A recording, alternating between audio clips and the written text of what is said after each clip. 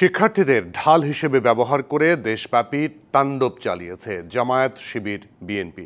কোনো নাশকতাকারীকেই ছাড় না দেওয়ার হুঁশিয়ারি দিয়ে প্রধানমন্ত্রী বলেছেন, আরও শক্ত ব্যবস্থা নিয়ে জঙ্গি দমন করে পরিস্থিতি স্বাভাবিক করা হবে। শেখ হাসিনা বলেছেন, ছাত্রদের বিরুদ্ধে নয়, জানমালের নিরাপত্তা দিতে কারফিউ দিতে বাধ্য হয়েছে সরকার। দেশের শীর্ষ ব্যবসায়ীদের মতবিনিময় সভায় এসব কথা বলেছেন প্রধানমন্ত্রী শেখ হাসিনা।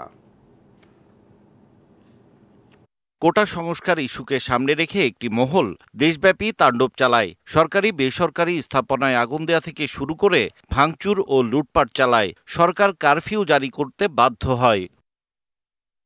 বিরাজমান পরিস্থিতিতে দেশের ব্যবসা বাণিজ্য সব বন্ধ রয়েছে। এই প্রেক্ষাপটে সোমবার প্রধানমন্ত্রী কার্যালয়ে ব্যবসায়ীদের সঙ্গে বৈঠকে বসেন শেখ হাসিনা। শুরুতেই কোটা আন্দোলন নিয়ে কথা বলেন প্রধানমন্ত্রী। আমি তো পুরো বন্ধই করে দিয়েছিলাম, তারপর কোর্ট বলছে না, এটা থাকতে হবে। কোর্টের ব্যাপারে আমরা সরকারের পক্ষ থেকেই তো তাদের হাইকোর্টের প্রজ্ঞাপনের বিরুদ্ধে মামলা আপিল করে দিয়েছি। তুলে ধরেন হামলা তাণ্ডবে ক্ষতিগ্রস্তের খণ্ডচিত্র। আপনারা দেখেন, যে কটা ভবন আমরা তৈরি করছি, একটা বেজা অফিস থেকে শুরু কোনোটাই বাদ যায়নি, হামলা করেনি, আগুন দেয়নি। উদ্দেশ্যটা কি? প্রধানমন্ত্রী জানান, এই হামলা ছিল পরিকল্পিত।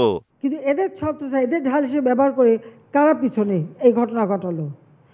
এখানে শিবির একেবারে এখন যেরকম হচ্ছে পরিকল্পিতভাবে প্ল্যান করে, দীর্ঘদিন থেকে প্ল্যান করেই তারা এসেছে।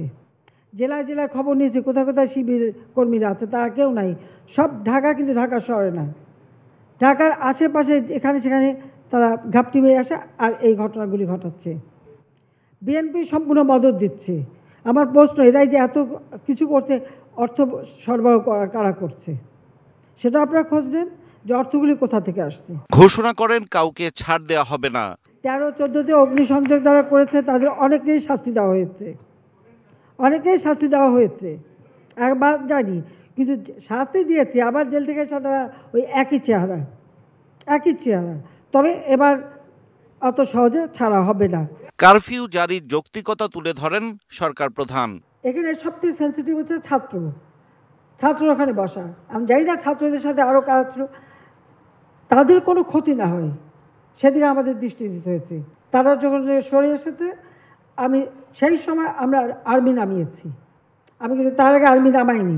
ব্যবসায়ীদের জন্য নেয়া নানা উদ্যোগের কথা তুলে ধরে সবাইকে ধৈর্য ধরার আহ্বান জানান শেখ হাসিনা। আমি এটুকু বলতে পারি, যারা আমার দল করেন না, আমাদের হয়তো ভোটও দেয় না, তারাও কিন্তু ভালো ব্যবসা করে যাচ্ছে। ব্যবসায় কখনো আমি হাত দেইনি, ব্যবসায়ীদের ব্যবসা করতে দিয়েছি, ব্যবসাকে উৎসাহিত করেছি। হামলাকারীদের বিরুদ্ধে সোচ্চার হওয়ার আহ্বান জানান প্রধানমন্ত্রী।